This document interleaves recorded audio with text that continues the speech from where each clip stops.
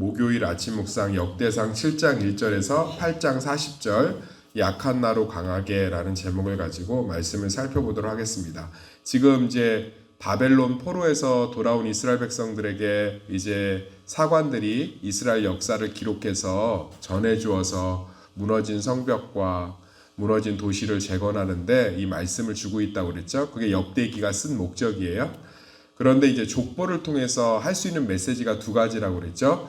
야, 이렇게 하니까 하나님이 복을 주셨다. 야, 이렇게 하니까 하나님 앞에서 멸망했다. 이 두 가지를 보여주고 있다고 그러잖아요. 오늘은 이제 이스라엘의 나머지 지파들에 대한 이야기예요. 에브라임 지파, 유다 지파, 이런 것들을 쭉 살펴보다가 루벤 지파, 이제는 나머지 지파들에 대한 이야기인데 정말 간략하게 기록되어 있어요. 정말 간략하게. 왜 그러냐면 이 간략하게 그리고 심지어 단집하는 기록도 안 돼 있어요. 의도적으로 뺀 거예요.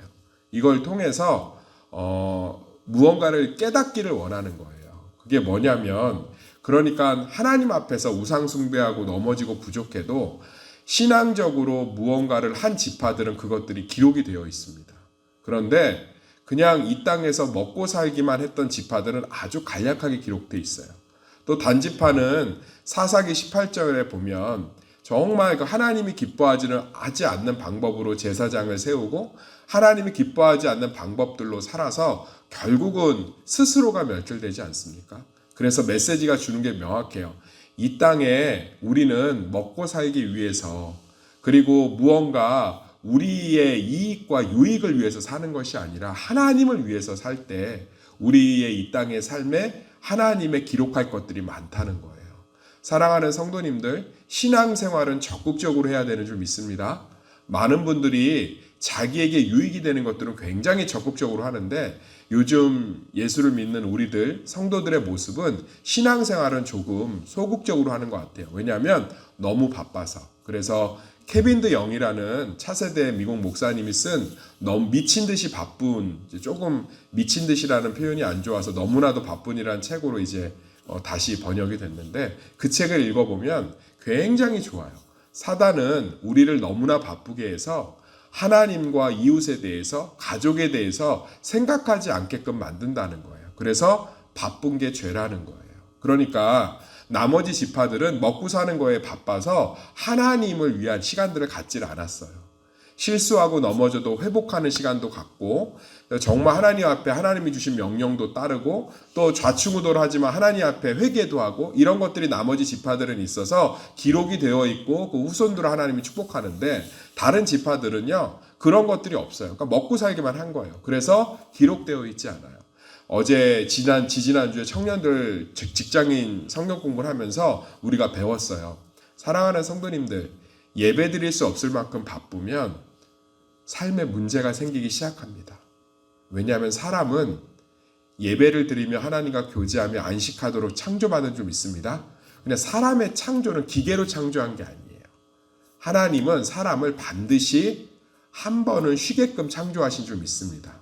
그런데 그것이 단순히 율법적으로 주의를 지키는 것을 떠나서 내가 하나님의 말씀을 듣고 하나님께 기도하고 하나님께 예배드릴 수 없을 만큼 바쁘면 건강이든 관계든 일터든 심령이든 이미 문제가 시작된 거예요. 청년들 그 성경 공부하면서 굉장히 도전받더라고요.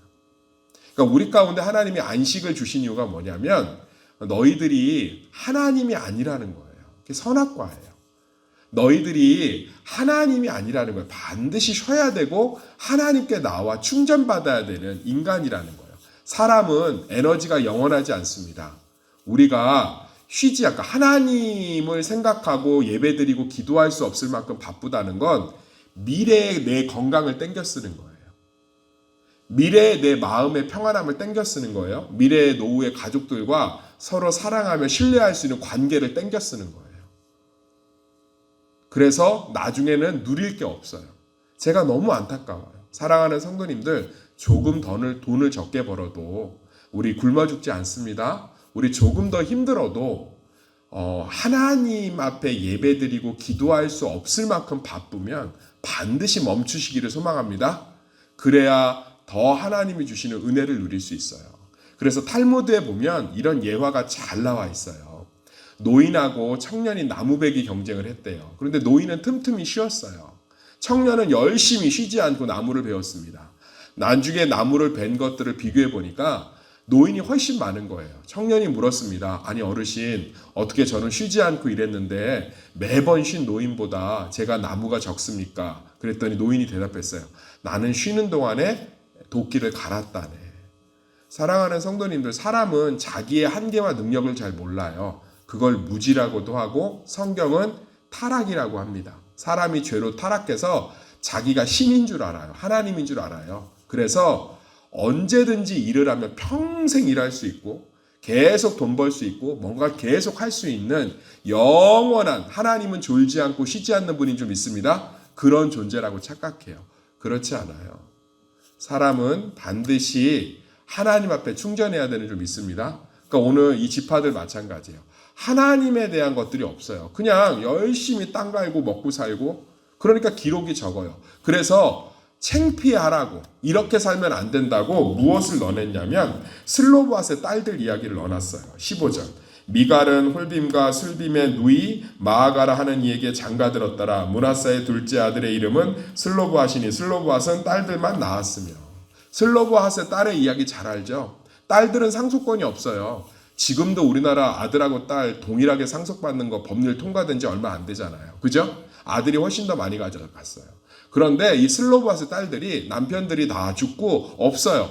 그러니까 가서 정당하게 자기 땅을 요구합니다. 땅 주세요. 그런데 하나님이 그걸 기뻐하셔서 슬로브앗의 딸들에게 땅을 주게끔 했어요. 예. 그러니까 지금 이 족보가 역대상 7장 1절에서 8장 40절이 계속 기록하고 있는 의미를 알겠죠. 하나님을 위한 무언가를 하라는 거예요. 예배든 기도든 전도든. 그것이 너희 삶에 굉장히 중요한 거라는 거예요. 그냥 가만히 있고 소극적으로 그냥 이 땅에서 무슨 기계처럼 그렇게만 살면 안 된다는 거예요. 우리가 항상 하나님이 기뻐하시는 것, 하나님이 원하시는 걸 해야 한다는 거예요. 그럴 때 우리 가운데 하나님 앞에 남길 것이 있고 하나님이 축복을 주며 하나님과 함께 한다는 거예요.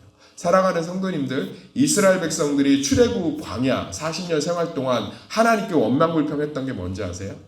애굽으로 돌아가서 마음 편하게 먹고 마시겠다는 거예요. 애굽으로 돌아가서 종살이를 해도 배급을 받으면서 먹고 살겠다는 거예요.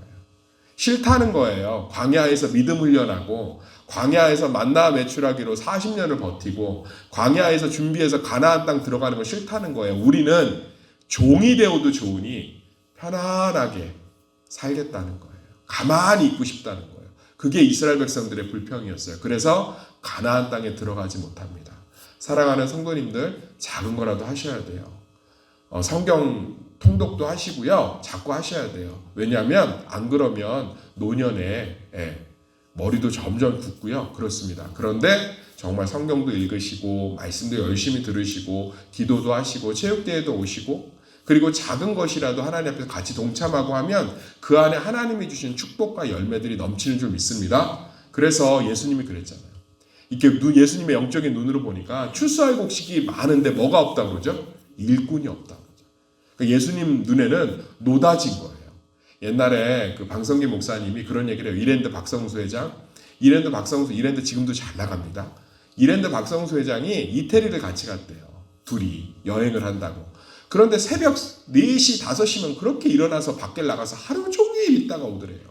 그리고선 어디서 갔다가 누구 주기도 어려운 물건들을 막 잔뜩 사갖고 온대요.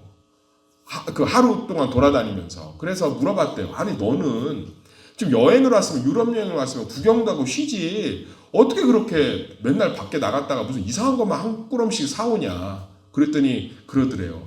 아, 형님은 이게 안 보이냐고. 자기도 산책하러 나갔는데 노다지라는 거, 노다지 갖고 들어와서 한국에 팔면 돈 될 것들이 너무 많다는 거예요. 그래서 이런 게 돈이 되나 싶은데 그것들을 갖고 와서 한국에 유통하니까 대박이 나더라는 거예요. 그러니까 사업가의 눈으로 보면 노다지라는 거예요. 노다지. 할렐루야. 그래서 놀 수가 없다는 거예요. 그래서 다시는 너하고 여행 안 온다고 그랬대요. 거기 가서도 일하냐고. 사랑하는 성도님들, 두드리는 자에게 열리는 줄 믿습니다. 찾는 자에게 찾는 줄 믿습니다. 왜 절망하고 포기하세요? 하나님이 이 온 우주, 우리 지금 전 세계 몇 나라 가보셨어요? 북극에 가보셨어요? 우리 안 가본 데 너무 많죠. 그런 이 세상을 하나님이 7일 만에 창조하신 줄 믿습니다. 할렐루야. 그런 하나님이 우리 인생 가운데 시간과 공간을 초월해서 역사하시는 줄 믿습니다.